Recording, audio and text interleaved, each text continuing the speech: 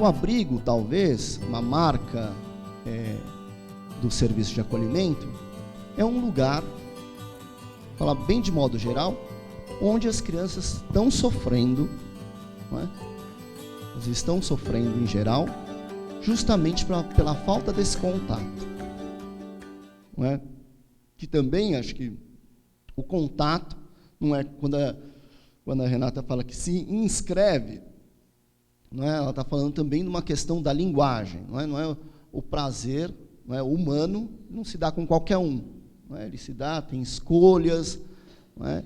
Por que a criança está ali? Porque justamente esse contato inicial, esse contato, claro que tem milhões de histórias, milhões de narrativas, mas justamente esse contato, essa relação inicial foi rompida e a criança está ali sofrendo, não é? Então, acho que é a primeira marca do serviço de acolhimento. A segunda marca que a gente pode apontar é que vem de uma história familiar, que, em geral, é significada negativamente. Não é? Uma família que não deu certo, que não tinha amor, que não tinha cuidado, que não tinha... Não é? A partir do modelo que a gente fala de déficit. Não é? A família que não foi suficiente, a família que não tinha amor, a família que não tinha... Não é?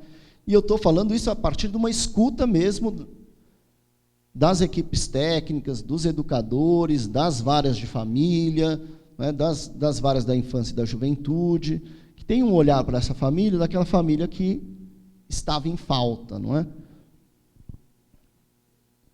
E a criança vem para esse novo contexto e vai responder a uma norma, uma organização, que não tem nenhuma relação direta, em geral, não é? Acho que um pouco a ideia, a proposta de reordenamento é esta, direta com o seu próprio desenvolvimento. Não é? Tem uma relação muito maior com as ordens institucionais que elas estão envolvidas. Ou seja, para eu dar um exemplo do que eu estou dizendo aqui, se o juiz achar que a criança não tem que sair aquele mês todo, ela não vai sair. Não é? Se o juiz determinar que ela não vai ter visita, ou se a equipe técnica dizer que ela não vai ter visita, ela não vai ter visita. Não é? Então, essa organização responde a uma ordem institucional e não responde à demanda da criança. Se a criança quer ter visita, ou se a criança quer namorar, ou que essa criança... Não é?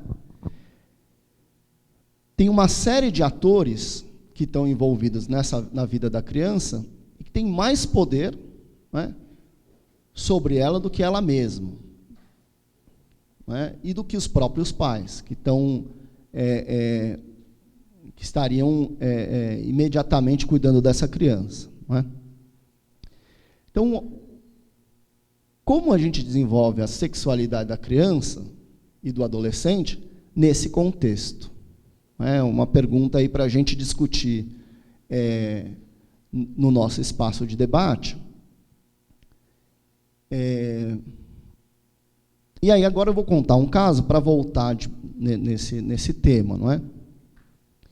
Então, por exemplo, como é que a gente organiza as normas do namoro da criança e do adolescente? Pode namorar, não pode namorar? Eles namoram entre eles? Não é? Em que espaço eles podem ter relação sexual, por exemplo? Não é? Estou vendo que vocês já estão fazendo uma cara, mas do ponto de vista do direito da criança e do adolescente, não é? Ela tem direito a ter prazer, não é? E o prazer vai se dar de diversas formas, nas diversas faixas etárias. Acho que um pouco, a Renata fala um pouco desse momento de passagem, não é?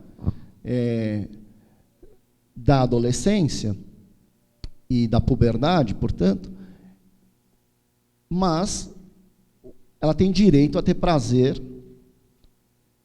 em qualquer momento da vida, de diferentes formas, não é? Portanto, um adolescente que, por exemplo, já tivesse uma namorada, quando ele está sendo acolhido, ou que começa a namorar alguém, não é?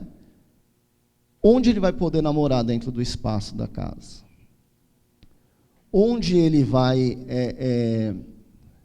poder ter relação sexual, ou a adolescente, né, que para a nossa mentalidade ainda é muito mais difícil, né, a menina ter relação sexual.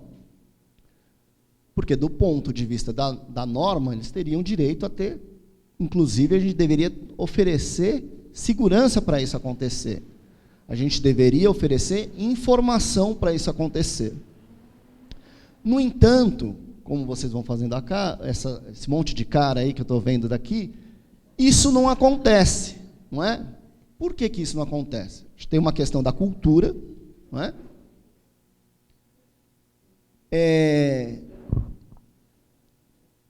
E tem uma questão de que trabalho a gente está fazendo, como a gente vê o nosso próprio trabalho, não é?